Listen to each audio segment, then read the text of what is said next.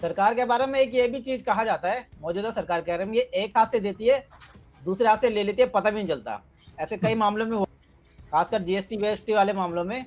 अब इसमें क्या है कि 2000 पिछला वाला वेतन आयोग हुआ था, 2016 में हुआ था। उसमें सरकार ने वेतन आयोग लागू किया 2.57 के फिटमेंट के हिसाब से। लेकिन जो 196 जो अलग अलग भत्ते मिलते थे, छोटे मोटे भत्ते, चाहे चाय के हों, चाहे कपड़े धोने के हों, चाहे अखबार के हों, जो भी हो, उनमें से 52 भत्ते तो खत्म कर दिए और 36 भत्ते मर्ज कर दिए। इस बार ये माना जा रहा है, जो मिंट की रिपोर्ट, ये फाइनेंशियल एक्सप्रेस की रिपोर्ट थी, इस बार जो मिंट की रिपोर्ट आई है उसमें ये कहा जा रहा है कि कुछ बड़े भत्ते इस बार सरकार बढ़ाएगी, लेकिन वापस कर लेगी, खत्म कर देगी। जैसे स्पेशल ड्यूटी अलाउंस है और ट्रैवल अलाउंस है, कुछ और भी भत्ते हैं जो जिनका रकम काफी मोटी हो जाती है।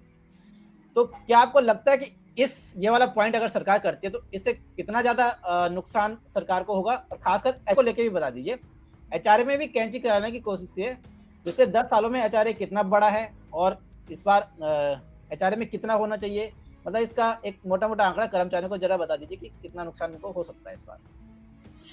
देखिए, आई थिंक इसमें दो चीजें चल रही हैं। एक एचआरए है या कोई भी बेनिफिट है, उसमें अगर एक बड़ा आप आंकड़ा देखेंगे तो उसमें काफी सारे आप पाएंगे, काफी आंकड़ों में पाएंगे कि एचआरए का जो बेनिफिट है वो गलत तरीके से लिया गया है। और हम सब जानते हैं एचआरए का बेनिफिट, इसमें काफी इसमें ऐसे इंक्लूड होते हैं जिसमें जो कि एचआरए का बेनिफिट नहीं मिलना चाहिए।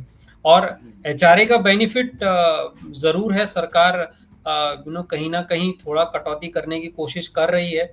और अगर हम सरकार के पॉइंट ऑफ व्यू से देखें तो देखिए, आज की जो सिचुएशन जिस पे हम डिस्कस कर रहे हैं, ये सिचुएशन तब तक बनी रहेगी जब तक कि हमारा पॉपुलेशन का एक बड़ा हिस्सा आपके इनकम टैक्स के दायरे में नहीं आता। सरकार को रेवेन्यूज भी देखने हैं, सरकार को खर्चे भी देखने हैं। और जब रेवेन्यू कमाने के जो जरिया है वो एक छोटे से पॉपुलेशन पे बहुत निर्भर करता है, तो जिस सिचुएशन को हम आज डिस्कस कर रहे हैं, ये सिचुएशन आमतौर पर बनी रहेगी। और ये तब तक बनी रहेगी जब तक ये दायरा बड़ा नहीं हो जाता, सरकार को रेवेन्यू के और मोड्स नहीं दिखाई देते। तो अब सरकार कहाँ कटौती करेगी? कोई चीज सरकार अगर इंट्रोड्यूस करती है तो क्या दूसरी तरफ से जो है किसी चीज को खत्म करेगी? मुझे लगता है ये पॉसिबिलिटी है, और हम इसको लेकर चल सकते हैं कि हाँ, ऐसा हो सकता है।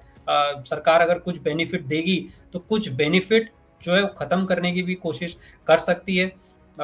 हम टैक्सेशन में देख ही रहे हैं, यूनिफॉर्म टैक्सेशन में हम देख ही रहे हैं कि किस तरीके से अगर कहीं इंट्रोड्यूस किया बेनिफिट तो बहुत सारे बेनिफिट जो है वो खत्म कर दिए गए। तो ये जरूर हो सकता है।